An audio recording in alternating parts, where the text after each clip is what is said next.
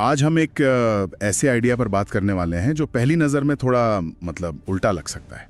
सोचिए अगर कुछ चीज़ें ऐसी हों जो दबाव, झटकों और उथल-पुथल से टूटती नहीं बल्कि पहले से बेहतर और मजबूत हो जाती हैं। और ये सिर्फ मजबूत होने या किसी झटके को झेल जाने की बात नहीं है। ये कहानी उससे भी एक कदम आगे की है। बिल्कुल। हम अक्सर सोचते हैं कि किसी मुश्किल को सह जाना ही सबसे बड़ी बात है, लेकिन ये आइडिया कहता है कि मुश्किलों को सिर्फ सहो मत, उनसे फायदा उठाओ। अच्छा। हमारे पास जो स्रोत है वो इसी कमाल के आइडिया के बारे में है, जिसे इसके जनक नसीम निकोलस तालिब एक नाम देती हैं एंटी फ्रैजिलिटी। एंटी फ्रैजिलिटी यानी नाजुक होने का ठीक उल्टा। एंटी फ्रैजिलिटी सुनने में थोड़ा भारी शब्द लगता है ना? हाँ, थोड़ा है। तो चलिए आज इसी के परते खोलते हैं। ये है क्या? ये सिर्फ एक किताबी फलसफा है या हम इसे अपनी जिंदगी, अपने पैसे, अपने काम में इस्तेमाल कर सकते हैं? और सबसे जरूरी, ये दुनिया को देखने का हमारा नजरिया कैसे बदल सकता है? शुरुआत सबसे आम गलतफहमी से करते हैं। ओके। ज्यादातर लोग सोचते हैं कि नाजुक यानी फ्रेजाइल का उल्टा होता है मजबूत, रोबास्ट या फिर लचीला, रेजिलिएंट।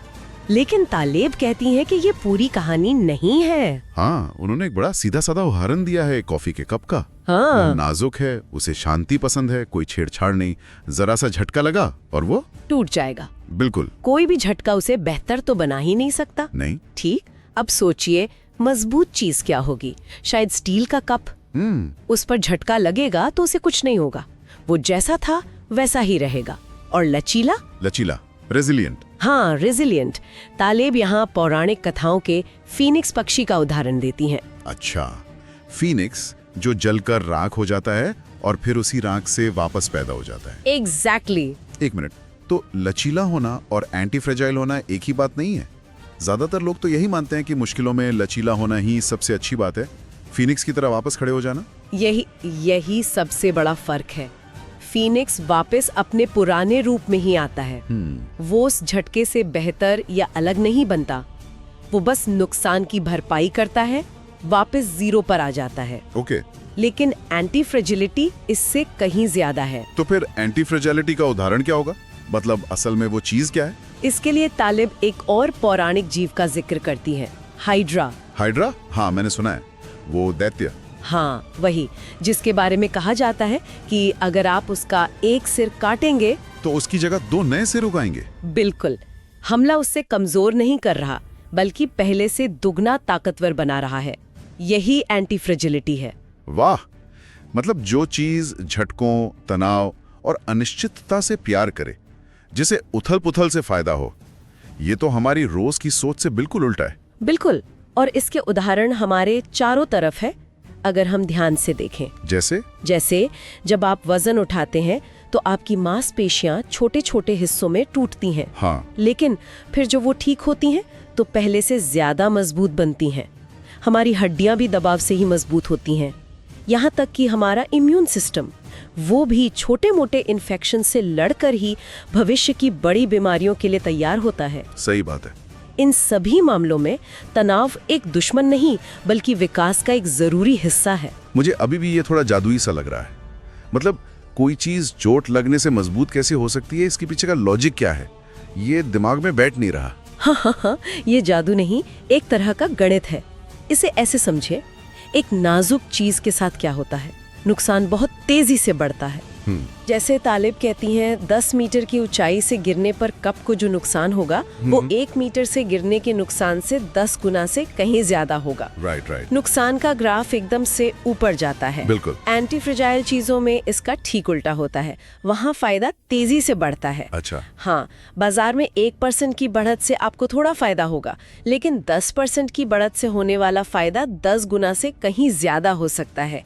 इसी को तालिब कॉन्वेक्स रिस्पॉन्स या असमित नतीजे कहते हैं। असमित नतीजे मतलब जहां फायदे की संभावना नुकसान की संभावना से बहुत ज्यादा हो, एक तरफ पलड़ा भारी हो। एग्जैक्टली। तो हम अपनी जिंदगी में ऐसी स्थितियां कैसे बना सकते हैं जहां फायदे का पलड़ा भारी हो? यहीं पर एक और कमाल का आइडिया आता है, जिसे ऑप्शनैलिटी कहते हैं। ऑप्शनैलिटी मतलब विकल्प होना। हाँ। इसका मतलब है कि आपके पास किसी चीज को आजमाने का विकल्प यानी ऑप्शन हो, लेकिन उसे जारी रखने की मजबूरी यानी ऑब्लिगेशन ना हो। ओके। जैसे मान लीजिए मैं खाना बना रहा हूँ और सोचता हूँ कि चलो आज इसमें एक नया मसाला डालकर देखते हैं। अगर स्वाद बहुत अच्छा निकला तो मुझे एक नई जबरदस्त रेसिपी मिल गई। राइट। ये हुआ बहुत बड़ा फायदा। राइट। और अगर स्वाद खराब निकला तो क्या हुआ? बस वो एक डिश खराब हुई जिसे मैं नहीं खाऊंगा। ये हुआ बहुत छोटा सा नुकसान। एकदम सही पकड़ा, यही ऑप्शनैलिटी है। आपके पास अच्छे नतीजों को रखने और बुरे नतीजों को छोड़ने का विकल्प है। एंटी फ्रैजिलिटी की पूरी बुनियाद यही है। मतलब खुद को ऐसी स्थितियों में डालना जहां गलतियों और अनिश्चितता से बड़ा फायदा हो सकता है और नुकसान बहुत छोटा और सीमित हो। बिल्कुल, ज्यादा से ज्यादा छोटे छोटे प्रयोग करना जहां जीतने पर बहुत कुछ मिले और हारने पर कुछ खास न जाए। ये थ्योरी तो बहुत दिलचस्प है, पर सुनने में थोड़ी किताबी लगती है। पैसे या नौकरी जैसी असल जिंदगी की चीजों में इसका क्या मतलब है? क्या कोई आम इंसान इसे इस्तेमाल कर सकता है? बिल्कुल कर सकता है, और निवेश की दुनिया तो इसके लिए सबसे बेहतरीन जगह है। वो कैसे? ज्यादातर लोग बाजार के उतार चढ़ाव से डरते हैं। वो भविष्यवाणी करने की कोशिश करते हैं कि बाजार ऊपर जाएगा या नीचे। एंटी फ्रैजाइल सोच कहती है भविष्यवाणी मत करो, तैयारी करो। तैयारी करो मतलब एक ऐसा पोर्टफोलियो बनाओ जिसे बाजार की उथल पुथल से फायदा हो, ना कि नुकसान। इसका एक सरल नियम है, जब सब डर कर बेच रहे हों तो आप शांत रहें और अच्छी कंपनियों को सस्ते में खरीदने के मौके तलाशें। राइट। और जब सब लालच में खरीद रहे हों तो आप सावधान रहें। हमेशा अपने पास कुछ कैश रखें ताकि जब बाजार गिरे तो आपके पास खरीदने की ताकत हो। गिरावट एक त्रासदी नहीं, एक मौका बन जाती है। स्रोतों में तालेब की एक बहुत ही अजीब लगने वाली बारबेल स्ट्रैटेजी का भी जिक्र है। ये क्या है? सुनने में लगता है जैसे कोई जिम की एक्सरसाइज हो। हाँ, नाम वैसा ही है और आइडिया भी कुछ वैसा ही है। सोचिए एक बारबेल कैसा होता है। दोनों सिरों पर भारी वजन और बीच में खाली रॉड। हाँ, तालेब कहती हैं कि अपने निवेश को भी ऐसा ही बनाओ। इंतजार, ये तो बड़ा अजीब है। इसका मतलब हुआ कि आप अपने पैसे का एक बहुत बड़ा हिस्सा, मान लीजिए 85-90%, बेहद सुरक्षित चीजों में लगा दें, जैसे सरकारी बॉन्ड या फिक्स्ड डिपॉजिट। हाँ, जहां नुकसान लगभग नामुमकिन है। और बाकी बचा छोटा सा हिस्सा 10-15% वो बहुत ज्यादा जोखिम वाली सट्टेबाजी जैसी चीजों में लगा दें, जैसे कोई नया स्टार्टअप या ऑप्शंस ट्रेडिंग। बीच में कुछ नहीं। मतलब औसत जोखिम वाली चीजों से दूर रहें। बिल्कुल। लेकिन ये तो बिल्कुल उल्टा लग रहा है। एक तरफ एक्सट्रीम सुरक्षा और दूसरी तरफ एक्सट्रीम जोखिम। ये काम कैसे करता है? यही तो इसका जादू है। इस रणनीति से आपका अधिकतम नुकसान सीमित हो जाता है। अच्छा। अगर आपके जोखिम वाले निवेश डूब भी गए तो आपका सिर्फ 10-15% पैसा ही जाएगा। आपका 85-90% हिस्सा पूरी तरह सुरक्षित है। आप बर्बाद नहीं होंगे। लेकिन अगर उन जोखिम वाले निवेशों में से कोई एक भी चल गया तो फायदा असीमित हो सकता है। बिल्कुल। वो 10% आपको 100 गुना या 1000 गुना रिटर्न दे सकता है। कमाल है। आपने नुकसान को सीमित कर दिया और फायदे को असीमित। यही एंटी फ्रैजिलिटी है। कमाल है। तो ये सुरक्षा और जोखिम का एक अजीब लेकिन असरदार मेल है। और करियर के बारे में क्या? आज के दौर में, खासकर टेक इंडस्ट्री में, किसी की नौकरी की कोई गारंटी नहीं है। ऐसा लगता है जैसे हर किसी का करियर बहुत नाजुक है। बिल्कुल। और यहाँ एंटी फ्रैजिलिटी का विचार बहुत काम का है। सोचिए, एक नाजुक करियर क्या है? वो व्यक्ति जिसके पास बस एक स्किल है जो सिर्फ उसकी मौजूदा कंपनी में काम आती है। अगर वो नौकरी गई तो वो कहीं का नहीं रहेगा। मुझे अपनी एक दोस्त याद आती है जो एक ही बड़ी कंपनी में 15 साल से काम कर रही थी। उसकी सारी स्किल्स उसी कंपनी के अंदरूनी सिस्टम्स के लिए थी। जब उसे निकाला गया तो उसे बाजार में अपनी कोई कीमत ही नहीं महसूस हुई। ये एक नाजुक करियर का सटीक उदाहरण है। और एक लचीला या रेजिलिएंट करियर? वो व्यक्ति जिसका सीवी अच्छा है, स्किल्स भी हैं, और अगर नौकरी चली भी गई तो वो कुछ महीनों की मशक्कत के बाद वैसी ही कोई दूसरी नौकरी ढूंढ लेगा। वो वापस अपनी पुरानी स्थिति में आ जाएगा। लेकिन एक एंटी फ्रैजाइल करियर, वो कैसा दिखेगा? जहां नौकरी जाना एक मौका बन जाए, ये कैसे मुमकिन है? ये मुमकिन है। ये वो इंसान है जिसकी नौकरी जाने की खबर फैलते ही उसके पास कई कंपनियों से फोन आने लगते हैं। अच्छा। फ्रीलांस प्रोजेक्ट्स के ऑफर आते हैं, या शायद वो इस मौके का इस्तेमाल अपना कुछ शुरू करने के लिए करता है। उसके लिए नौकरी का जाना एक अंत नहीं, बल्कि एक नई और बेहतर शुरुआत है। ठीक है, तो कोई अपने करियर को इतना मजबूत या कहें कि एंटी फ्रैजाइल कैसे बना सकता है? इसके लिए क्या करना होगा? इसके लिए कुछ ठोस कदम है, और ये सिर्फ सीवी बनाने से कहीं ज्यादा है। पहला और सबसे जरूरी है नेटवर्क। नेटवर्क। एक मजबूत और विविध नेटवर्क आपका सबसे बड़ा सेफ्टी नेट है। ये आपको उन नौकरियों तक पहुंचा सकता है जो कभी ऑनलाइन विज्ञापित ही नहीं होती। और स्किल्स के बारे में क्या? सब कहते हैं कि किसी एक चीज में माहिर बनो, स्पेशलिस्ट बनो। ये कहानी का सिर्फ आधा हिस्सा है। एंटी फ्रेजाइल करियर के लिए आपको टी शेप्ड स्किल्स चाहिए। T shaped skills? हाँ, इसका मतलब है कि आप किसी एक क्षेत्र में बहुत गहरी विशेषज्ञता रखें। ये टी का लंबा सीधा हिस्सा है, लेकिन साथ ही कई दूसरे क्षेत्रों की भी अच्छी खासी जानकारी रखें।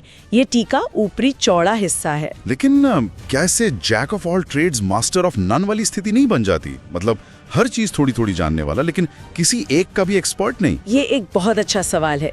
यहाँ संतुलन जरूरी है। गहरी विशेषज्ञता आपको मूल्य देती है, लेकिन वो जो चौड़ाई है ना, हाँ, वो आपको अनुकूलनीय बनाती है, अडेप्टेबल बनाती है। अगर आपकी इंडस्ट्री में मंदी आ जाए तो आपकी ये चौड़ी जानकारी आपको दूसरी इंडस्ट्री में जाने का रास्ता दिखा सकती है। अच्छा, आप समझ पाते हैं कि अपने स्किल्स को नई जगह पर कैसे इस्तेमाल करें। और अंत में सबसे बड़ी सुरक्षा किसी कंपनी का ब्रांड नहीं, आपका अपना पर्सनल ब्रांड है। लोग आपको आपके काम की वजह से जाने, न कि आपकी नौकरी के टाइटल की वजह से। तो मतलब ये सब एक बहुत बड़ी सोच की तरफ इशारा कर रहा है कि हमें अनिश्चितता यानी अनसर्टेनिटी के साथ अपने रिश्ते को बदलना होगा। बिल्कुल। हम जिंदगी भर जिस स्थिरता और सुरक्षा के पीछे भागते हैं, शायद वही हमें अनजाने में कमजोर बना रही है। बिल्कुल, हम हर चीज की हद से ज्यादा योजना बनाने की कोशिश करते, ओवर प्लानिंग। हाँ, इसे परफेक्शनिज्म का एक लक्षण बताया गया है। हम हर चीज को नियंत्रित करना चाहते हैं, लेकिन सच तो ये है कि हम बहुत कम चीजों को नियंत्रित कर सकते हैं। ये ज्यादा योजना बनाना असल में काम शुरू करने के डर और अनिश्चितता से बचने का एक बहाना है। और यहीं पर तालिब का एक और विचार काम आता है, स्किन इन द गेम। हाँ, स्किन इन द गेम, यानी जब आपके फैसलों का नतीजा सीधे तौर पर आप पर असर डाले। एंटी फ्रैजिलिटी तब सबसे अच्छी तरह काम करती है जब लोग अपने फैसलों के अच्छे और बुरे दोनों नतीजों से सीधे तौर पर जुड़े होते हैं। ये उन तथाकथित विशेषज्ञों की आलोचना है जो बिना किसी जोखिम के सलाह देते हैं। अच्छा, जैसे कोई एकेडमिक प्रोफेसर जो किसी कंपनी को सलाह दे रहा है। अगर कंपनी डूब गई तो प्रोफेसर को कोई फर्क नहीं पड़ेगा, लेकिन जो उद्यमी उस कंपनी को चला रहा है, उसकी पूरी जिंदगी दांव पर लगी है। उसका स्किन इन द गेम है। तालिब ऐसे लोगों को बड़ा मजेदार नाम देते हैं, इंटेलेक्चुअल येट इडियट। हाँ, यानी वो पढ़ा लिखा मूर्ख जो किताबी ज्ञान में तो बहुत आगे, लेकिन असल दुनिया की समझ नहीं रखता। सही है। और ये बात ज्ञान की प्रकृति के बारे में एक गहरी सच्चाई बताती है। असली ज्ञान अक्सर करने से आता है, सिर्फ सोचने या योजना बनाने से नहीं। इतिहास गवाह है, ज्यादातर जो बड़ी बड़ी टेक्नोलॉजी बनी है वो किसी लैब में बैठे साइंटिस्ट के सिद्धांतों से नहीं, बल्कि अपने गैराज में कुछ तोड़ जोड़ कर रहे शौकिया लोगों के प्रयोगों से बनी है। चाहे वो हवाई जहाज हो या कंप्यूटर, अभ्यास सिद्धांत से पहले आता है। तो आज की इस पूरी बातचीत का सार निकालें तो एंटी फ्रेजिलिटी सिर्फ मजबूत होना या झटके झेलना नहीं है। नहीं, ये उथल पुथल, तनाव और अनिश्चितता से प्यार करना है, उनसे सीखना है और पहले से बेहतर बनना है। ये अपने आप को ऐसी स्थिति में रखने की कला है जहां खोने के लिए कम हो और पाने के लिए बहुत ज्यादा। हमने देखा कि ये निवेश में बारबल स्ट्रैटेजी के जरिए कैसे काम करता है और करियर में टी शेप स्किल्स और एक मजबूत पर्सनल ब्रांड बनाकर कैसे लागू होता है। बिल्कुल। और सबसे बड़ी बात, ये हमें जरूरत से ज्यादा योजना बनाने के जाल से निकालकर अनिश्चितता को एक अवसर की तरह देखने के लिए प्रोत्साहित करता है। ये सोचना ही अपने आप में एक बहुत बड़ी बात है कि असली तरक्की आराम में नहीं, बल्कि थोड़े बहुत नियंत्रित उथल पुथल में छिपी है। सही। इस पूरी बातचीत के बाद ना मेरे मन में एक सवाल घूम रहा है। पूछिए। हम अपने निवेश और करियर को तो एंटी फ्रैजाइल बनाने की बात कर रहे हैं, लेकिन हमारी अपनी सेहत और मानसिकता का क्या? अच्छा सवाल है। हम अपनी जिंदगी से हर तरह के तनाव को खत्म करना चाहते हैं। हम आराम खोजते हैं, हर चीज को आरामदायक और स्थिर बनाना चाहते हैं। हाँ, ये तो है। क्या ऐसा हो सकता है कि स्थिरता की इस कभी ना खत्म होने वाली खोज में हम अनजाने में खुद को ही और ज्यादा नाजुक बना रहे हों? वो कौन से छोटे नियंत्रित तनाव या चुनौतियां हो सकती हैं जिन्हें हम अपनी जिंदगी में जानबूझकर शामिल करके खुद को थोड़ा और एंटी फ्रेजाइल बना सकते हैं? ये सोचने वाली बात है।